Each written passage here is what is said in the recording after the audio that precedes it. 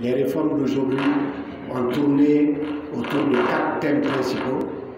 Le premier thème, naturellement, c'était la création de ce qu'on appelle le centre technique, le centre d'expertise technique.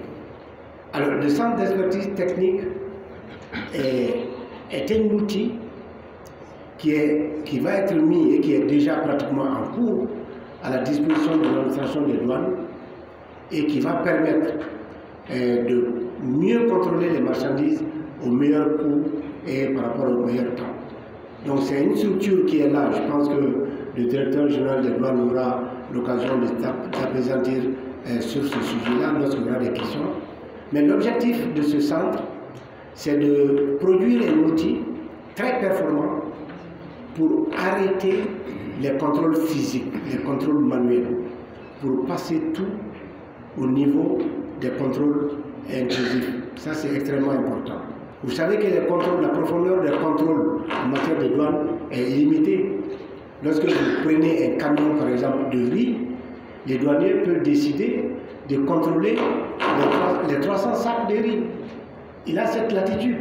Il peut descendre sac par sac pour vérifier. À l'intérieur, il peut douter également du contenu. Il peut ouvrir chaque sac. À la limite, il peut douter même du grain de riz pour dire est-ce qu'il n'y a pas une drogue incorporée. Il peut se permettre de casser chaque grain de riz pour voir s'il n'y a pas de drogue, s'il n'y a pas de vie cachée. C'est dire l'étendue du contrôle de l'administration des douanes. Et ceci n'est pas possible dans le contexte d'aujourd'hui. Donc il faudrait qu'on s'organise de plus en plus, et la douane est en train de le faire très heureusement, qu'ils sont en train de s'organiser pour donner des nouveaux instruments pour aller vite et bien. Et le deuxième sujet qu'on a débattu, c'était, je ne vais pas prendre l'ordre, c'était la question des opérateurs économiques agréés. La question des opérateurs économiques agréés est née du fait qu'en an 2000 ou en 2001, ce n'est pas pour ceux qui s'en souviennent, il y a eu ce qu'on appelle l'attentat des tours jumelles à New York. Vous savez, les djihadistes ont envoyé des avions pour faire exploser les tours jumelles. Donc les Américains, à partir de ce moment-là, ont dit attention, le risque est partout. Ce n'est pas seulement au niveau des tours, mais le risque est également dans les conteneurs, le risque est également dans la chaîne logistique du transport international. Donc les Américains ont décidé tout de suite de scanner toutes les marchandises qui venaient aux États-Unis par conteneur.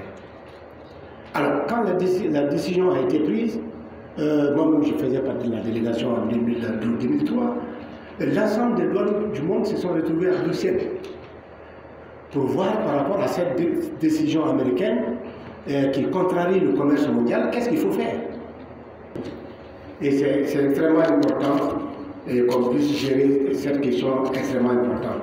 Donc au niveau de l'Organisation mondiale des douanes, on a pensé à mettre en place ce qu'on appelle l'idée d'opérateur économique agréé. C'est-à-dire que lorsque vous répondez à un certain nombre de questions, les contrôles vont être lâches pour ce qui vous concerne, vos expéditions. C'est ça un peu l'idée pour les journalistes. Quand vous répondez à un certain nombre de critères, effectivement, on vous donne un agrément d'opérateur économique agréé et en ce moment, la rigueur des contrôles ne s'impose plus à vous. C'est ça l'idée essentielle. Et après ce thème, nous avons abordé la sélectivité automatique des contrôles. Ça, c'est extrêmement important. Parce que j'ai pris le cas, par exemple, du camion de riz. Il faudrait que parmi les millions d'importations qui viennent, des cargaisons qui viennent dans l'année, il faudrait que la douane fasse un choix. Il faut faire un choix sur des critères bien précis pour aller choisir les expéditions ou les marchandises à risque. Il faut que la douane s'organise pour cela. C'est pour ça qu'on a mis en place un système de sélectivité qui embrasse un certain nombre d'importations, toutes les importations, et la douane va cibler dans toutes ces cargaisons qui arrivent, les cargaisons à risque. Les cargaisons à risque.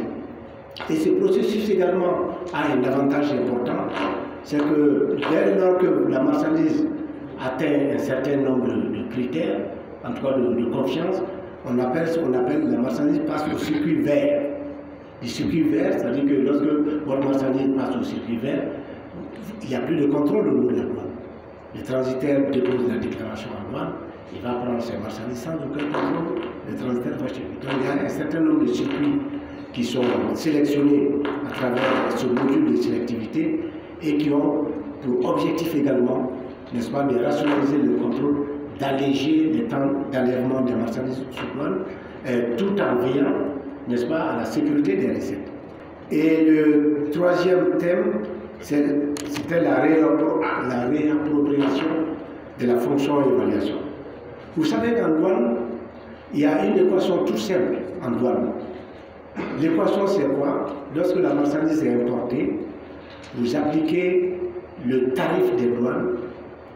Le tarif des douanes, c'est le taux des taxes en douane à la marchandise qui est importée. C'est une équation toute simple. C'est une équation toute simple. Mais dans cette équation, la taxation, généralement, se fait sur la valeur de la marchandise. Et donc, il fut un moment, depuis un certain nombre d'années, où les pays, à l'époque, on les appelait pays en voie de développement, n'avaient pas les moyens nécessaires pour cerner la valeur en douane au moment de l'importation. Parce que imaginez-vous le nombre de personnes qui sont là, si vous sortez de l'extérieur aujourd'hui, chacun amène sa marchandise, vous l'appelez, vous activez à Dubaï, vous activez n'importe où, vous venez avec votre marchandise. Il faut que la douane ait la capacité de vous dire, attention, vous avez acheté cette marchandise à 100 francs, et si vous présentez une facture de 100 francs, la douane peut corriger pour dire, attention, ce n'est pas 100 francs. Donc, en fait, la taxation, d'une façon générale, se fait sur la valeur de la marchandise.